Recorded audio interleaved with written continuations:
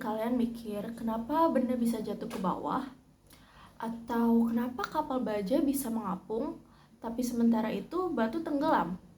Atau juga kenapa sepeda yang kita rem itu bisa menghentikan laju kita? Pertanyaan itu jawabannya ada di fisika. Di video ini, aku bakal bahas konsep dasar fisika sekaligus juga fisika mekanik.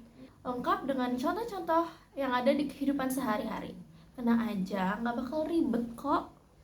A few moments later. Apa sih fisika itu? Fisika adalah Cabang ilmu sains yang mempelajari alam dan gejala alam. mulai dari yang sederhana sampai kompleks. Fisika menjelaskan gerak benda, gaya, energi, tekanan, hingga interaksi benda di alam. Fisika itu penting banget karena jadi dasar teknologi modern seperti kendaraan, bangunan, alat kesehatan, sampai roket. Tanpa fisika, teknologi nggak bakal berkembang sampai sejauh ini. Yang kedua yaitu fisika mekanik.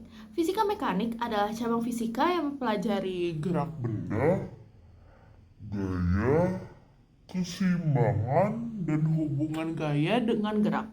Fisika mekanik dibagi menjadi dua, yaitu kinematika Atau membahas gerak tanpa melihat penyebabnya, dan juga dinamika.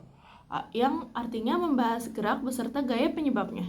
Selanjutnya, kita bakal bahas tentang gerak dan kecepatan atau yang bisa disebut kinematika. Gerak terjadi Jadi ketika posisi suatu benda berubah terhadap waktu. contohnya seperti orang berjalan, mobil melaju, bola dilempar ke udara.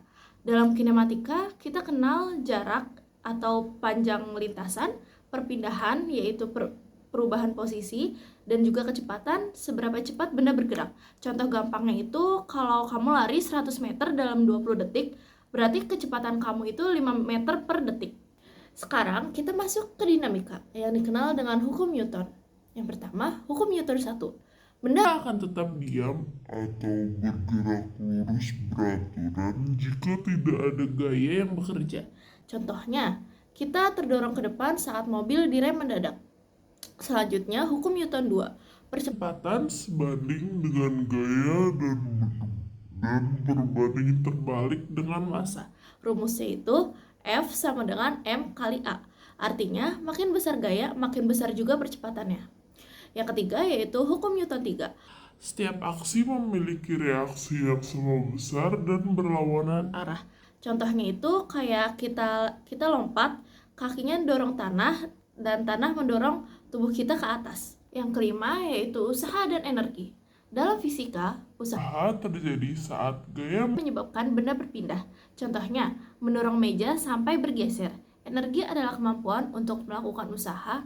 Jenis-jenis energi itu ada energi kinetik sama energi potensial. Energi kinetik itu energi karena gerak, sementara energi potensial yaitu energi karena posisi atau ketinggian. Contohnya, buah di atas pohon punya energi potensial. Saat jatuh, energinya berubah jadi energi kinetik. Keenam yaitu tekanan dan hukum Archimedes. Tekanan adalah gaya persatuan luas. Makanya, pisau tajam lebih mudah memotong karena luas bidang tekanannya kecil. Selanjutnya, hukum Archimedes. Benda yang dicelupkan ke dalam fluida akan mengalami gaya ke atas sebesar berat fluida yang dipindahkan.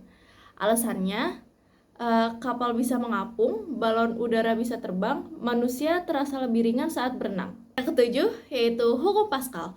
Hukum Pascal menyatakan bahwa tekanan yang diberikan kepada fluida tertutup akan diteruskan sama besar ke segala arah. Contoh penerapannya yaitu dongkrak hidrolik, rem hidrolik pada motor dan mobil.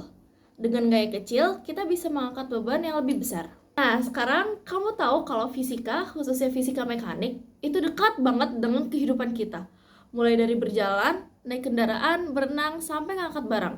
Berikut penjelasan dari aku, semoga videonya bermanfaat. Dadah! Saatnya sudah